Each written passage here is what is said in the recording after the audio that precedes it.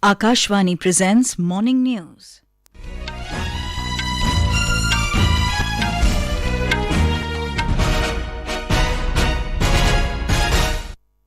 Good morning, I am Sarabjit Kaur. The headlines. Prime Minister Narendra Modi says stable government with a decisive mandate is reason for reforms in the country. Campaigning ends for by-elections to 7 assembly seats across 6 states, voting to take place tomorrow. Second edition of Naval Commanders Conference 2023 to begin today in New Delhi. Delhi Metro to start selling tourist smart cards from today at select metro stations to facilitate G20 delegates and international visitors. And in tennis, India's Rohan Bopanna and Australian partner Matthew Ebden enter quarterfinals of men's doubles at US Open in New York. And now the news in detail. Prime Minister Narendra Modi says stable government with a decisive mandate is reason for reforms in the country. In an interview to a news agency, Mr. Modi said, in the last few years, people have given a decisive mandate which has led to a stable government, predictable policies and clarity in the overall direction. Prime Minister said this stability is the reason that over the past 9 years, several reforms were brought in. He said these reforms related to the economy, education, financial sector, banks, digitalization, welfare inclusion and social sector. Mr. Modi has said India will be a developed nation by 2047 where corruption, casteism and communalism will have no place. He said India will be in top 3 economies of the world in near future, citing country's record of jumping 5 spots in less than a decade. The Prime Minister said dialogue and diplomacy is the only way to resolve conflicts in different regions. He said whether as G20 president or not, India will support every effort to ensure peace across the world. Mr. Modi asserted that the Sabka Saath Sabka Vikas model can be the guiding principle for the welfare of a world shifting from a GDP-centric approach to a human-centric one. He said in G20, India's words and vision are being seen by the world as a role map for the future. The Prime Minister said the theme of India's G20 presidency, Vasudhaiv Kutumbakam, is not just a slogan but also a comprehensive philosophy derived from country's cultural ethos. He said Africa is a top priority for India in G20. Mr. Modi said no future plan of Earth can succeed without all voices being heard. Campaigning for by-polls in 7 assembly constituencies spread over 6 states came to an end yesterday. Voting in these constituencies will be held tomorrow. By-polls would be held in assembly constituencies of Ghosi in Uttar Pradesh, Bageshwar in Uttarakhand, Puttupalli in Kerala, Dhanpur and Boxanagar in Tripura, Dhubguri in West Bengal and Dumri in Jharkhand. In Uttar Pradesh, campaigning for the Ghosi by-election in Mao district ended yesterday. All eyes are on this seat where voting will be held tomorrow. More details from our correspondent.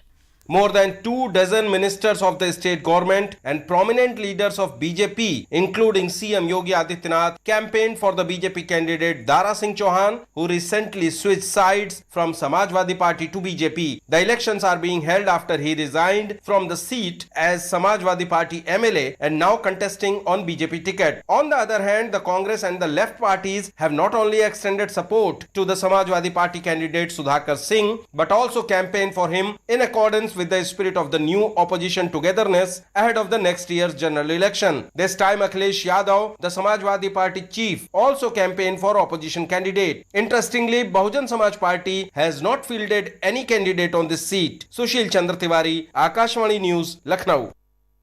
Counting of votes will take place on 8th of this month. A high-level team of Election Commission will arrive in Bhopal today on a 3-day visit to Madhya Pradesh to review the preparations for assembly elections to be held this year.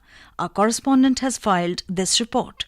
The Election Commission team will include Chief Election Commissioner of India Rajiv Kumar, Election Commissioners Anup Chandra Pandey and Arun Goel, along with senior officials of the Commission. The Commission will hold a meeting with officials of recognized national political parties, enforcement agencies and the Chief Electoral Officer of Madhya Pradesh. On this occasion, apart from the unveiling of a special cover and sweep calendar, a voter awareness song will also be released by the Chief Election Commissioner. Epic card will also be distributed to young voters. The Commission will also hold a meeting with collectors, superintendents of police and district election officials of all 52 districts and commissioners and IGs of all 10 divisions of the Madhya Pradesh. Sanjeev Sharma, Akashvani News, Bhopal.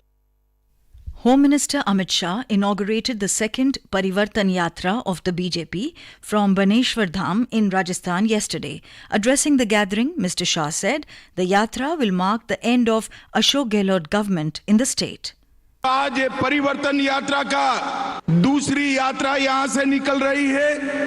ये यात्रा 19 दिन घूमेगी, लगभग 2500 kilometre घूमेगी, 52 विधानसभाओं में संपर्क करेगी, 156 जगह पे छोटी सभाएं, 52 जगह पे सभाएं और 54 जगह पे बड़ी सभाएं कर पूरे राजस्थान में परिवर्तन का संकल्प करने का काम करेगी। The Home Minister criticized Tamil Nadu Minister Udayanidhi Stalin for his remarks on Sanatan Dharam. The second edition of Naval Commanders Conference 2023 will begin today in New Delhi. The conference is the apex-level biannual event facilitating interaction between the naval commanders for deliberation and formulation of important policy decisions. During the three-day conference being conducted in a hybrid format, the senior leadership of the Indian Navy will review major operational, material, logistics, training and administrative activities undertaken during the previous 6 months. The conference will provide an opportunity for institutionalized interaction of naval commanders with senior government officials to take ahead several interministerial initiatives towards the development of a safe and secure maritime environment.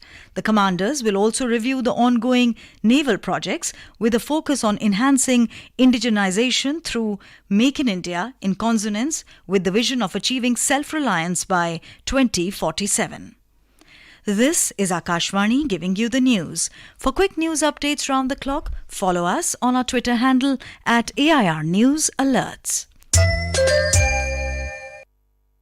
Welcome back. Delhi Metro will be selling tourist smart cards from select metro stations through dedicated counters for a period of 10 days starting today. This is being done to facilitate the G20 delegates and international visitors who might be interested in exploring the prominent tourist places of the capital city as they arrive in Delhi. The tourist smart cards will be available in two categories of 1-day validity and 3-day validity cards, offering unlimited rides in the metro network.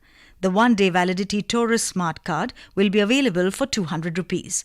The 3-day validity card will be available for 500 rupees.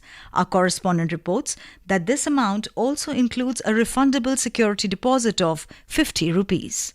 Besides unlimited rides, these tourist smart cards are of great benefit to tourists as they can seamlessly travel in the entire network from the first train to the last train service available for the day. Tourists can seamlessly reach tourist places by traveling on various corridors of the Delhi Metro by using these cards. Tourists can also download the Delhi Metro Rail app for more details on the network to plan their journeys. Tourist smart cards are also available at all metro stations except Airport Express Line across the network. Anyone who wants to explore the city can avail these cards from the stations anytime during the day. Suparna Saikya, Akashvani News, Delhi.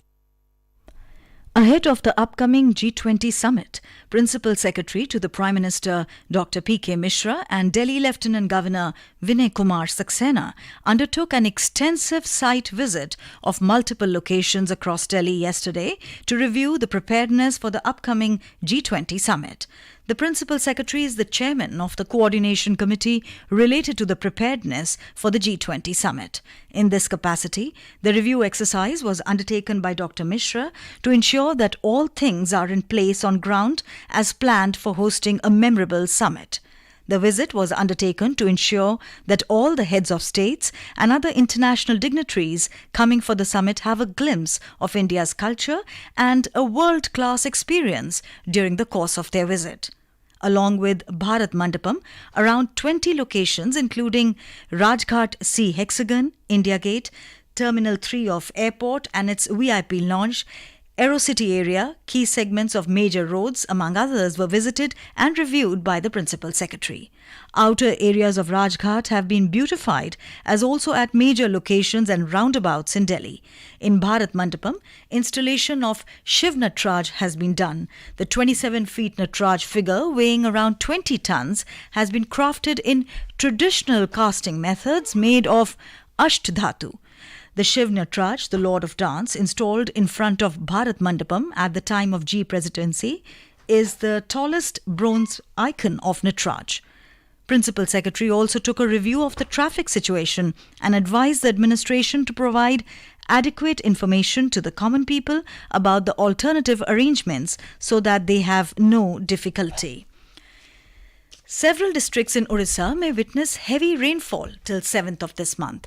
The Indian Meteorological Department, IMD, in its latest bulletin has said that the monsoon trough at the mean sea level continues to run along the foothills of the Himalayas. The cyclonic circulation over northeast Bay of Bengal and neighbourhood persists and now extends up to 5.8 kilometres above mean sea level.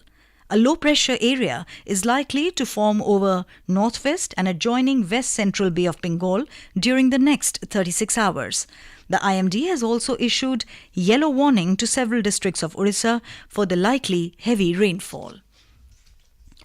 India's Rohan Bopanna and his Australian partner Matthew Ebden have entered the quarterfinals of men's doubles event at US Open in New York. They defeated British duo of Julian Cash and Henry Patton 6-4, 6-7, 7-6 in men's doubles round of 16. In women's singles, world number 10 Czech player Karolina Muava beat Wang Xiong of China 6-3, 5-7, 6-1, while Coco Gauff of USA prevailed over Danish Caroline Wozniacki 6-3, 3-6, 6-1 in round of 16. In men's singles round of 16, in an all-American showdown, Ben Shelton defeated number 14 seed Tommy Paul 6-4, 6-3, 4-6, 6-4. In Asia Cup cricket, India will face Nepal at Pallekele International Cricket Stadium in Kandy, Sri Lanka today. The match will start at 3 p.m. Last night, Bangladesh defeated Afghanistan by 89 runs in an encounter at Gaddafi Stadium in Lahore.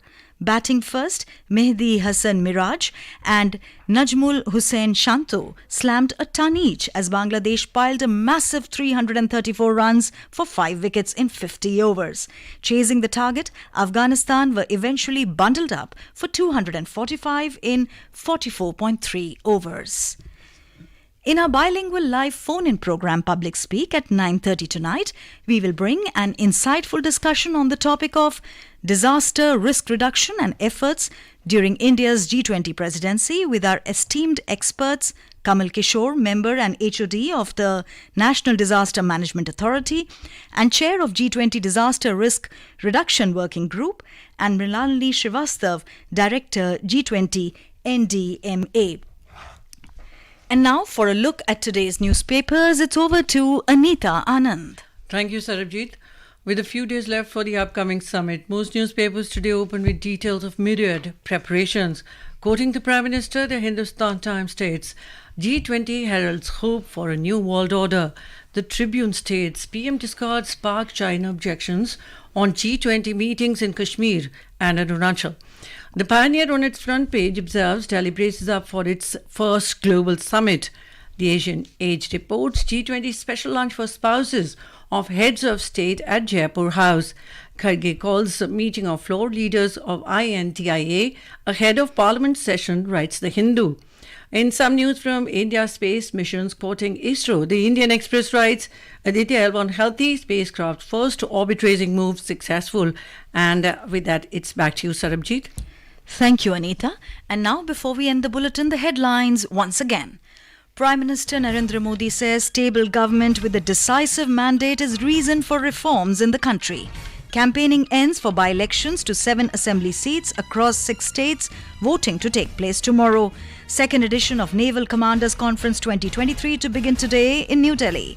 Delhi Metro to start selling tourist smart cards from today at select metro stations to facilitate G20 delegates and international visitors. And in tennis, India's Rohan Bopanna and Australian partner Matthew Ebden enter quarterfinals of men's doubles at US Open in New York. And with that, we end the morning news. Have a nice day.